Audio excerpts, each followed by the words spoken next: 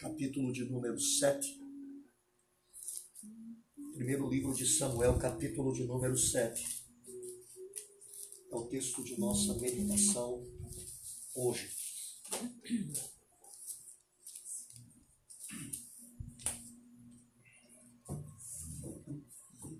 Primeiro livro de Samuel, capítulo 7.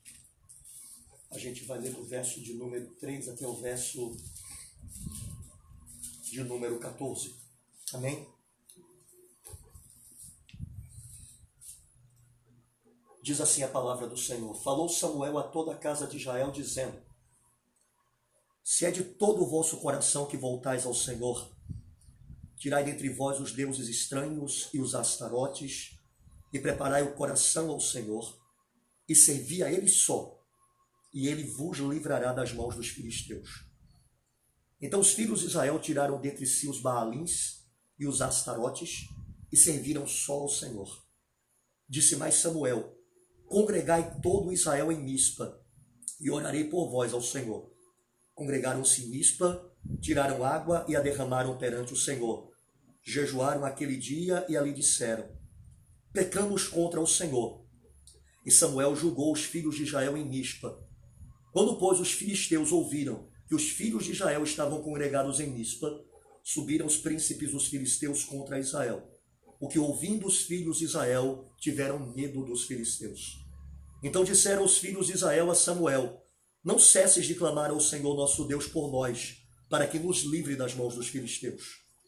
Tomou, pois, Samuel um cordeiro que ainda mamava, e o sacrificou em holocausto ao Senhor. Clamou Samuel ao Senhor por Israel, e o Senhor lhe respondeu. Enquanto Samuel oferecia o holocausto, os filisteus chegaram à peleja contra Israel. Mas trovejou o Senhor aquele dia com grande estampido sobre os filisteus, e os aterrou de tal modo que foram derrotados diante dos filhos de Israel. Saindo de Mispa, os homens de Israel perseguiram os filisteus e os derrotaram até abaixo de Bet-car. Tomou então Samuel uma pedra e a pôs entre Mispa e Sem, e lhe chamou Ebenezer, e disse: Até aqui nos ajudou o Senhor. Assim, os filisteus foram abatidos e nunca mais vieram ao território de Israel, porquanto foi a mão do Senhor contra eles todos os dias de Samuel. As cidades que os filisteus haviam tomado a Israel foram-lhe restituídas, desde Ecrom até Gate, e até os territórios delas arrebatou Israel das mãos dos filisteus. E houve paz entre Israel e os amorreus. Amém? Que o Senhor nos abençoe. Amados, nesse tempo de Samuel, os filisteus eram o povo que estavam oprimindo a Israel e mantendo Israel sob temor. O período após Josué, que é o período de juízes, ele é um período em que Israel se desvia completamente do Senhor, na maioria das vezes, é subjugado pelos seus inimigos como um juízo de Deus sobre eles, se arrepende, se volta para o Senhor clamando misericórdia, e o Senhor suscitava um juiz que vinha e libertava o povo. E depois de um tempo de paz, o povo de novo caía em apostasia, de novo prevaricava contra o Senhor, e o mesmo ciclo se repetia. A gente, quando lê o livro de Juízes, vê esse quadro triste do povo do Senhor daquele tempo. Eles pecavam, o Senhor os repreendia através de um povo que lhes oprimia, eles se arrependiam e buscavam o Senhor levantava um juiz que os libertava, e depois de um tempo de paz eles voltavam de novo à mesma situação, e isso durou durante algum tempo, inclusive até o tempo de Samuel, porque Samuel é o último dos juízes, e Samuel é o primeiro dos grandes profetas do Antigo Testamento, e vai ser justamente aquele que Deus vai usar para fazer a transição entre o período dos juízes e o período da monarquia. Depois ele iria ungir a Saul como rei de Israel, depois ele ungiria Davi como rei de Israel, e a monarquia estaria estabelecida em Israel através deste servo de Deus. Então, neste tempo, o povo que estava sendo usado por Deus para repreender a Israel era justamente o povo filisteu. A palavra filisteu significa povos do mar. Era um conjunto de tribos que habitava naquela região e que havia vencido a Israel algumas ocasiões anteriores, inclusive tinham levado a arca da aliança cativa para o território deles. Enfim, os filisteus imprimiram contra Israel grandes derrotas e grande sofrimento. E a Bíblia diz que neste tempo de Samuel as coisas estavam dessa maneira.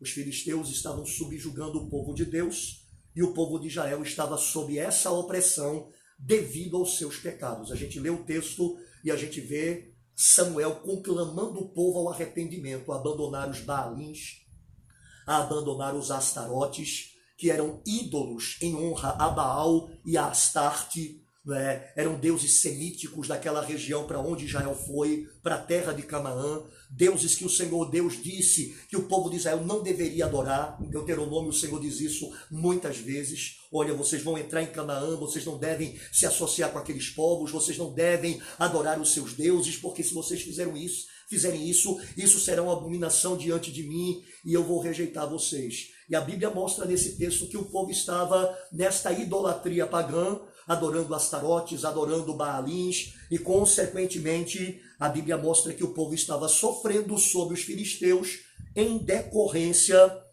desta atitude de rebelião contra o Senhor. E aí a Bíblia diz que em decorrência disso o povo de Israel estava temendo os filisteus. Olha aí para a sua Bíblia e vê o que diz o verso de número 7. O verso de número 7 diz: quando os filisteus ouviram que os israelitas estavam reunidos em Mispá, os chefes dos filisteus subiram para atacar Israel. Os israelitas temeram quando souberam disso.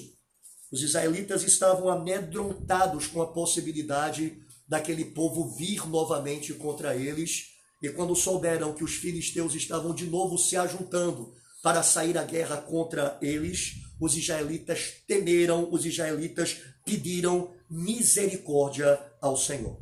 E aí, como Samuel sabia que aquela opressão dos filisteus sobre os israelitas era fruto do juízo de Deus contra o seu povo por causa dos seus pecados, o que é que Samuel faz? Ele conclama o povo ao arrependimento.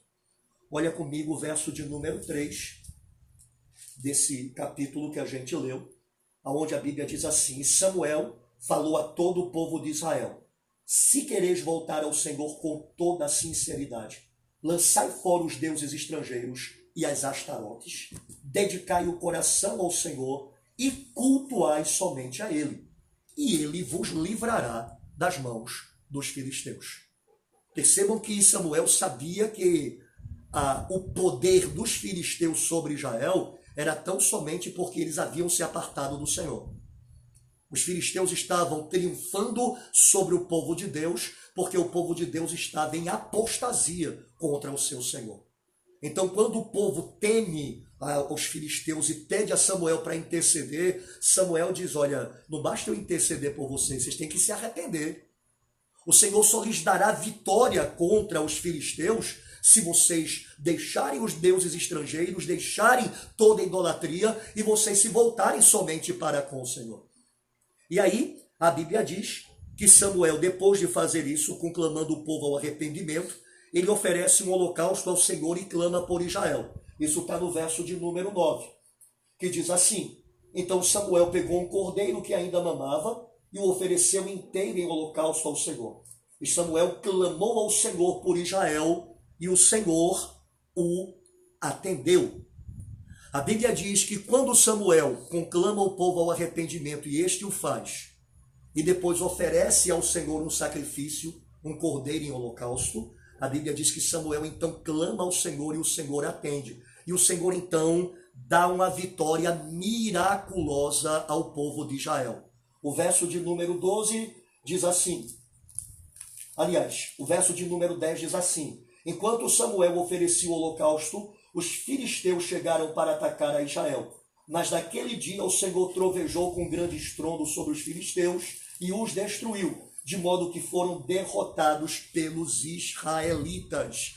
E Samuel então reconhece que aquela vitória era fruto do braço estendido de Deus em ajuda, assim como Samuel reconheceu que as derrotas sofridas pelo povo de Israel para os filisteus era fruto do julgamento de Deus por causa do pecado do povo. E então a Bíblia diz no verso de número 12 que Samuel ele faz um memorial em reconhecimento àquela vitória do Senhor para com o seu povo, reconhecendo que de fato aquilo tinha sido a vitória de Deus e não a vitória dos homens. E diz assim o verso 12: Então Samuel tomou uma pedra e a pôs entre Mispa e Sem, e lhe chamou Ebenezer, e disse: Até aqui nos ajudou o Senhor. Amém, amados? Nós queremos falar um pouquinho sobre essa expressão, Ebenezer, como Deus levou Samuel a experimentar a sua boa mão se manifestando assim em favor do seu povo, e de como hoje nós podemos fazer com que este nosso Ebenezer, esta nossa pedra de auxílio, atue também em nosso favor para a glória de Deus e o nosso bem eterno. A palavra Ebenezer, irmãos, significa pedra de auxílio. Tem gente que pensa que Ebenezer significa até aqui nos ajudou o Senhor. Não significa isso. Significa pedra de auxílio ou pedra de ajuda. Quando Samuel viu a grande vitória dada por Deus de maneira miraculosa, Samuel entendeu que aquilo tinha sido a ajuda de Deus para com o seu povo. E Samuel então faz um memorial naquele lugar onde se deu a vitória. Ele pega uma pedra, a coloca ali entre Mispa e Sem, que foi onde Deus deu a vitória ao seu povo, e chamou aquela pedra de Ebenezer, de pedra de auxílio, para que o povo de Israel sempre se lembrasse, quando estivesse ali, quando se voltasse para ali, que o seu Deus é um Deus que lhe ajuda em todo o tempo, se ele andar de acordo com a sua vontade. E a gente quer mostrar na noite de hoje que nós temos esta pedra de auxílio ao nosso favor todo o tempo, assim como o povo de Israel o tinha no passado. Na verdade, a pedra de auxílio que Samuel colocou ali entre Mispa e Sem era uma alusão profética, era uma referência profética à pessoa de nosso Senhor Jesus Cristo. Porque na Bíblia Sagrada o Senhor Jesus Cristo é denominado uma pedra ou uma rocha. E, consequentemente, a gente sabe que aquela pedra que Samuel tomou e colocou como memorial era uma referência profética, era uma alusão profética a Cristo, a nossa verdadeira pedra de auxílio, que está conosco todos os dias, até a consumação dos séculos, para nos ajudar em todo o nosso viver. Eu queria mostrar para você alguns textos em que a palavra do nosso Deus chama Cristo de pedra. Primeiro, temos duas referências na primeira carta do apóstolo Pedro, capítulo de número 2. Primeira carta do apóstolo Pedro, capítulo de número 2.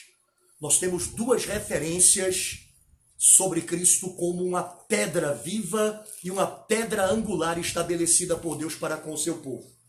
Diz assim, capítulo 2, versículo de número 4.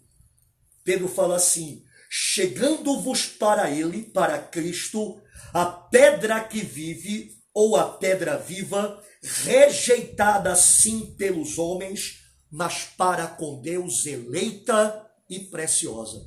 Aleluia. No verso de número 6, o apóstolo Pedro diz: pois isso está na Escritura, eis que ponho em Sião uma pedra angular, eleita e preciosa, e quem nela crê não será de modo algum envergonhado. Amém? Aquela pedra que Samuel tomou e colocou como memorial, repito, era uma alusão profética à pessoa de Cristo. Ele é a genuína pedra de auxílio para o seu povo em todo o tempo, inclusive naquele tempo. Ele não se tornou pedra de auxílio para o seu povo depois que ele se encarnou, que ele viveu, morreu e ressuscitou. Ele sempre foi a pedra de auxílio para o seu povo, seja na antiga dispensação, seja na nova dispensação. E é por isso que Paulo nos diz uma coisa interessante em 1 Coríntios capítulo 10. Olha o que Paulo vai dizer em 1 Coríntios capítulo 10, versos de 1 a 4. 1 Coríntios capítulo de número 10, versos de 1 a 4. O apóstolo Paulo vai dizer assim: ora, irmãos, não quero que ignoreis que nossos pais estiveram todos sob a nuvem e todos passaram pelo mar, tendo sido todos batizados, assim na nuvem como no mar, com respeito a Moisés. Todos eles comeram de um só manjar espiritual e beberam da mesma fonte espiritual, porque bebiam de uma pedra espiritual que os seguia, e a pedra era Cristo. Aleluia. O apóstolo Paulo diz que Cristo no Antigo Testamento era uma pedra que seguia o povo de Israel para suprir-lhe, para descedentar-lhe, para saciar-lhe. Irmãos, quando a gente vai examinar a aparição deste termo pedra no Antigo Testamento, nós vemos o quanto ele é significativo e o quanto de fato ele aponta para Cristo Jesus. Por exemplo, nós temos a experiência de Jacó. Jacó tinha enganado seu pai Isaque, o seu irmão Esaú, estava fugindo de casa porque Esaú queria matá-lo. E a Bíblia diz que enquanto ele fugia para a casa do seu tio Labão, ele chega num lugar à noite e diz, vou pernoitar aqui, pega uma pedra e coloca como travesseiro, se deita sobre ela. E a Bíblia diz que Deus lhe dá um sonho. Ele vê uma escada que toca dos céus à terra e ele vê anjos subindo e descendo sobre ela. Ele se acorda e ele diz, meu Deus, quão terrível é este lugar. Esta é a casa de Deus e eu não sabia. Este lugar é onde Deus está e eu não sabia. E a Bíblia diz que então ele pega azeite, unge aquela pedra e chama aquele lugar de Betel. E aí nós vemos uma alusão profética tremenda a respeito de Cristo. Como a pedra ungida, como a casa de Deus, como ponto de convergência de Deus e os homens, o reconciliador entre Deus e os homens. A gente vai ver este mesmo símbolo, esta mesma figura acompanhando o povo de Israel no deserto.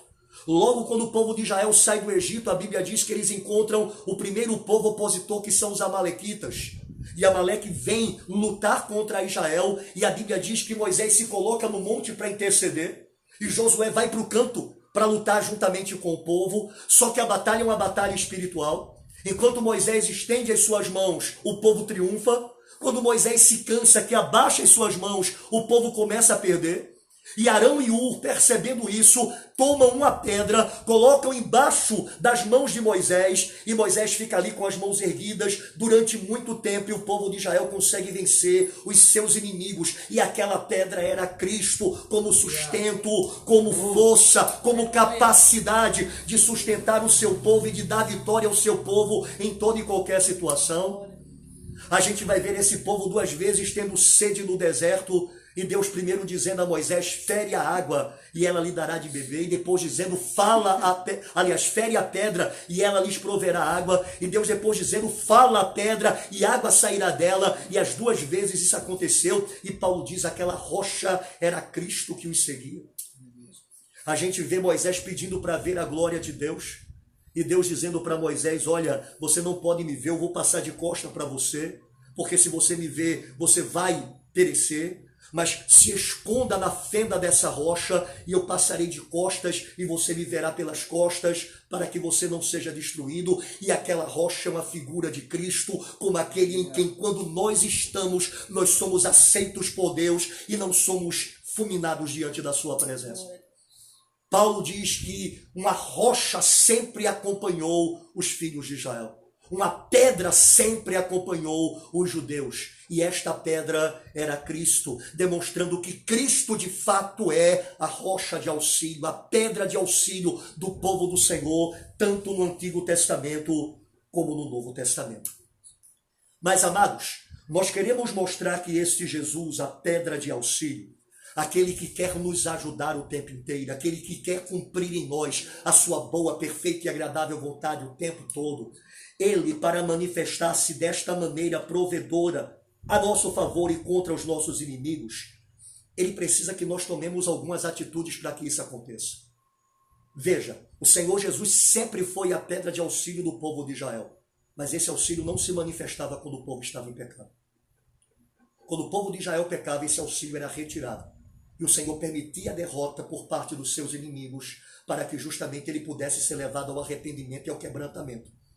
Então nós temos que saber que esta pedra de auxílio, para operar favoravelmente em nosso favor, precisa que nós satisfaçamos algumas exigências que nós encontramos também nesse texto. Se isso não acontecer, os nossos inimigos triunfarão sobre nós. Um exemplo clássico de como isso acontecia com Israel, além desse que a gente leu aqui nesse texto, é o exemplo do povo de Israel quando atravessou o Rio Jordão e estava para entrar em Canaã, ou melhor, entrou em Canaã. O primeiro inimigo que eles encontraram foi justamente a cidade de Jericó. uma cidade tremendamente fortificada. Dizem os historiadores que a muralha de Jericó era tão larga que 5 carroças poderiam caminhar pareias sobre a muralha, uma ao lado da outra.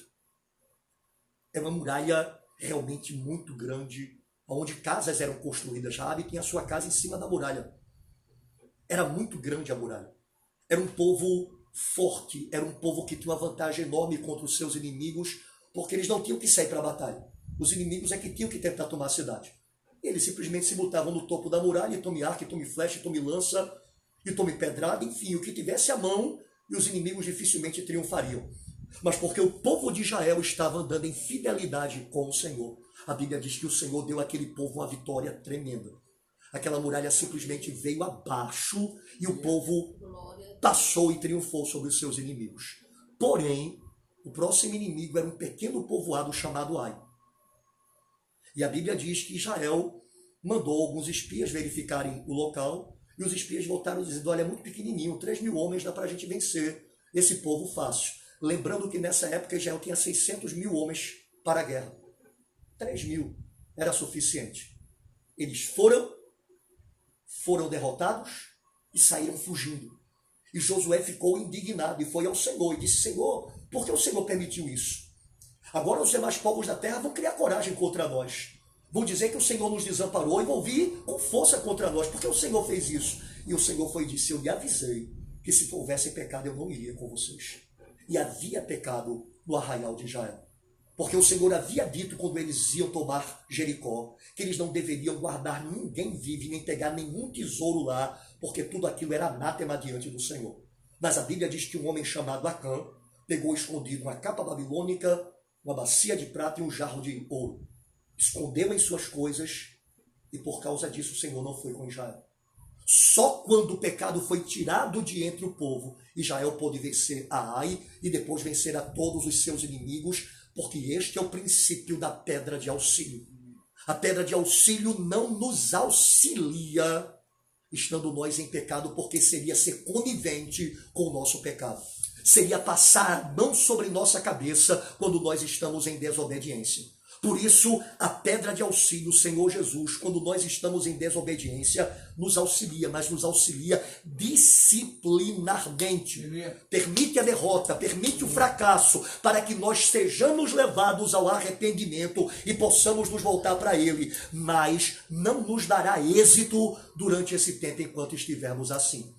Por isso, irmãos, nós precisamos entender que há coisas que precisamos fazer para que o Senhor opere favoravelmente a nós e nós não sejamos tomados pelos nossos inimigos em decorrência de lugar que damos a eles. E a primeira dessas coisas é justamente a questão do arrependimento. O verso de número 3 a 5, a palavra do nosso Deus diz assim, capítulo de número 7 de 1 Samuel, dos versos 3 a 5.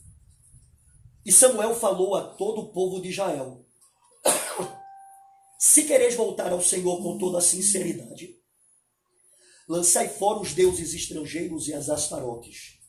Dedicai o coração ao Senhor e cultuai somente a Ele, e Ele vos livrará das mãos dos filisteus. Os israelitas lançaram fora os Baalins e as astarotes e cultuaram somente o Senhor. Samuel também disse: reuni todo o Israel em Mispá e intercederei por vós junto ao Senhor. Amém? Até o verso 6, perdão. Eles se reuniram em Mispá, tiraram água e a derramaram diante do Senhor. Jejuaram aquele dia e confessaram: pecamos contra o Senhor. E Samuel julgava os israelitas em Mispá. Então a gente percebe que a primeira coisa que Samuel diz ao povo, para que este possa sair do jugo de seus adversários e triunfar sobre eles, é arrependa-se. Nós não podemos imaginar que teremos bom êxito em pecado. Nós não podemos imaginar que a boa mão do Senhor estará conosco, nos dando vitória sobre os nossos inimigos, se nós estamos andando na contramão da sua vontade. A Bíblia é clara que quando nós nos apartamos do Senhor, Ele recolhe a sua mão no sentido de nos abençoar, para que nós justamente sejamos julgados disciplinarmente e possamos voltar à lucidez de uma vida ajustada com Deus e que comunga da sua vontade. Se o Senhor fizesse de forma diferente, ele seria irresponsável e estaria acoitando os nossos pecados e nos dando motivos para continuar pecando, porque nós continuaríamos prosperando, porque nós continuaríamos avançando. E o Senhor não faz isso com o seu povo. O ímpio pode ter esse tipo de situação. O ímpio ele pode pecar e parecer que tudo dá certo na vida dele. O ímpio, ele pode viver uma vida completamente fora da vontade de Deus e parecer que tudo vai bem para a vida dele. Isso é uma coisa tão fantástica que 2 servos de Deus ficaram intrigados com o Senhor por causa disso. Asaf no Salmo 73 e Jeremias em Jeremias capítulo 12. Esses 2 servos de Deus questionaram a Deus de por que é que o ímpio ele vive uma vida completamente desassociada de Deus e o Senhor parece não lhes punir. Parece não lhe julgar. A gente vê isso em todas as esferas da vida humana. A gente vê políticos corruptos se dando bem. A gente vê pessoas corruptas prosperando. A gente vê pessoas mentirosas, traidoras, falsas, fingidas, se dando bem na vida. Mas quando é para o lado do povo do Senhor, e Asaf e Jeremias questionam isso, quando é para o lado do povo do Senhor, o Senhor não permite que seja assim. E isto é graça e misericórdia sobre nós. E por quê? Porque a Bíblia diz em Hebreus capítulo 12 que Deus, que é um Deus de amor, ele disciplina e castiga tantos quantos ama. A Bíblia diz que esta atitude de Deus é por amor a nós. Paulo diz em 1 Coríntios capítulo 11 que Deus nos julga desta maneira para nós não sermos condenados juntamente com o mundo. Ou seja, Deus traz a nós a sua disciplina governamental, o seu juízo de castigo, para que a gente se arrependa, para que a gente abandone o erro e, consequentemente, a gente não venha a ser condenado em decorrência de nossa loucura de termos nos apartado dele. Então é por isso que o Senhor reivindica que nós nos arrependamos. O Evangelho começa com arrependimento. O Evangelho começa com abandono de pecado. O Evangelho começa com mudança de vida. E por isso é que Samuel diz àquele povo, se vocês querem que o Senhor de fato dê vitória sobre os filisteus, então sirvam somente a ele. Se afastem dos Baalins, se apartem dos Astarotes. E a Bíblia diz que o povo fez isso. A Bíblia diz que o povo pegou os seus Baalins, pegou os seus Astarotes, que eram ídolos em homenagem a Baal, a Astarte, e o povo os quebrou, e o povo os queimou, e o povo confessou e disse, pecamos contra o Senhor. Houve um arrependimento nacional, houve um arrependimento daquela nação diante do Deus Todo-Poderoso. Mas, irmãos, a Bíblia diz que isso não foi suficiente. A Bíblia diz que mesmo o povo se arrependendo, os filisteus vieram contra eles. Capítulo de número 7, versículo de número 7. Quando os filisteus ouviram que os israelitas estavam reunidos em Mispá, os chefes dos filisteus subiram para atacar Israel. Os israelitas temeram quando souberam disso. Mesmo o povo tendo se arrependido, os inimigos continuavam avançando contra eles, porque algo mais tinha que ser feito como Samuel fez. A Bíblia diz que Samuel, depois de conclamar o povo ao arrependimento e do povo ter se arrependido, Samuel fez o sacrifício de um cordeiro inocente diante de Deus e só depois ele clamou ao Senhor. Verso de número 9. Então Samuel pegou um cordeiro que ainda mamava e o ofereceu inteiro em holocausto ao Senhor. E Samuel clamou ao Senhor por Israel, e o Senhor o atendeu. Perceba, o Senhor só atende depois que o cordeiro é morto. E por quê? Porque agora o arrependimento da nação tinha propiciação pelos pecados. Irmãos, entendam uma coisa, o meu arrependimento sem Cristo não é nada. O meu arrependimento sem Cristo não vale de coisa alguma. Quando Samuel mata aquele cordeiro que nós sabemos por tantos textos e contextos da Bíblia que aponta para Cristo, Era um cordeiro que ainda não mamava, significando a sua completa inocência. Ele foi oferecido como um holocausto completo ao Senhor, assim como a vida de Cristo, que serviu integralmente a Deus e nada para si mesmo. Somente quando isso aconteceu é que Samuel clama ao Senhor com eficácia e o Senhor o atende. E por quê? Porque agora há uma base pela qual Deus pode responder ao clamor do seu povo, que é o sangue do cordeiro morto, que levou sobre si as iniquidades, as transgressões, as maldições daquele povo, para que o Senhor lhe fosse favorável.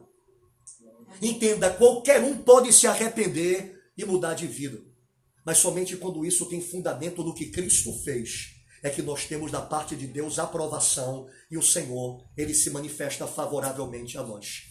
É por isso que nós precisamos entender que nenhuma obra nossa é aceita por Deus a partir de Cristo Jesus como nosso mediador, como nosso reconciliador, como nosso intercessor.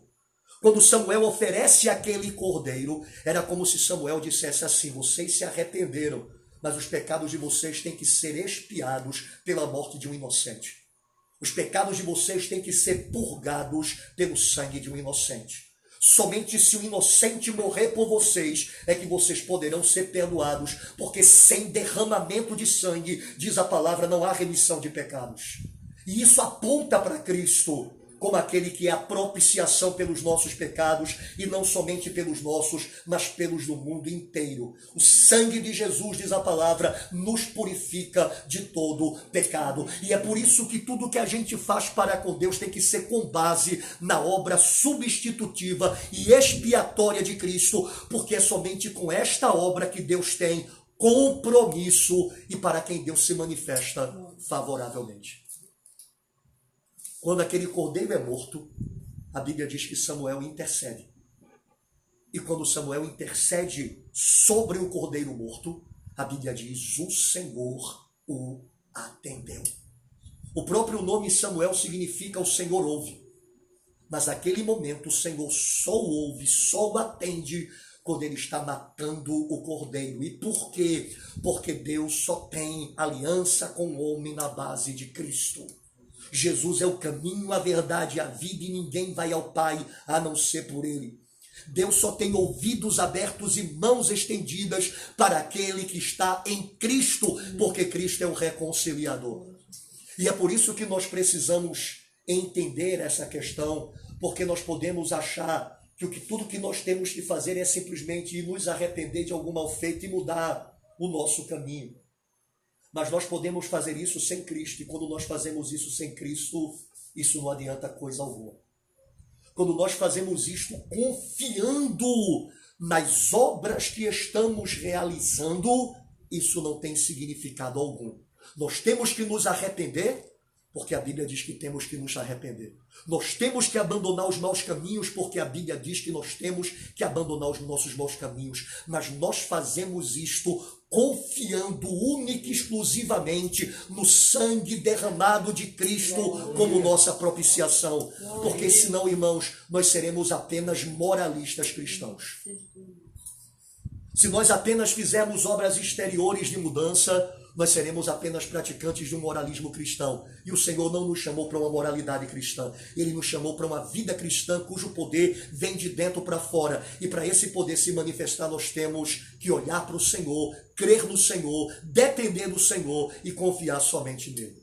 E é por isso que o Senhor atende apenas depois que o cordeiro é sacrificado, em decorrência de que ali estava estabelecida a base de comunhão do povo de Deus com o Senhor, e consequentemente estava aberto de novo o caminho para ele se mostrar favoravelmente como a pedra de auxílio.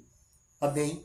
A Bíblia diz, irmãos, que quando isso acontece, o Senhor, ele age em favor do seu povo, dando-lhe vitória e inclusive lhe restituindo aquilo que o inimigo tinha roubado anteriormente. Veja o que está escrito do verso 9 até o verso 14. Então Samuel pegou o cordeiro, que ainda mamava, e o ofereceu inteiro em holocausto ao Senhor. E Samuel clamou ao Senhor por Israel, e o Senhor o atendeu. Enquanto Samuel oferecia o holocausto, os filisteus chegaram para atacar a Israel. Mas naquele dia o Senhor trovejou com grande estrondo sobre os filisteus e os destruiu, de modo que foram derrotados pelos israelitas. Os homens de Israel saíram de Mispá, perseguiram os filisteus e os feriram até abaixo de Bet-car. Então Samuel tomou uma pedra e a pôs entre Mispá e Sem, e lhe chamou Ebenezer, e disse: até aqui nos ajudou o Senhor. Assim os filisteus foram subjugados e não vieram mais ao território de Israel, porque a mão do Senhor foi contra os filisteus durante os dias de Samuel. As cidades que os filisteus haviam conquistado foram devolvidas a Israel, desde Ecrom até Gate, cujos territórios Israel também tomou dos filisteus. E houve paz entre Israel e os amorreus. Amém. Porque o povo satisfez as exigências de Deus de arrependimento e confiança no Cordeiro morto. Deus dá um livramento sobrenatural. A Bíblia diz que aquele povo que vinha fortalecido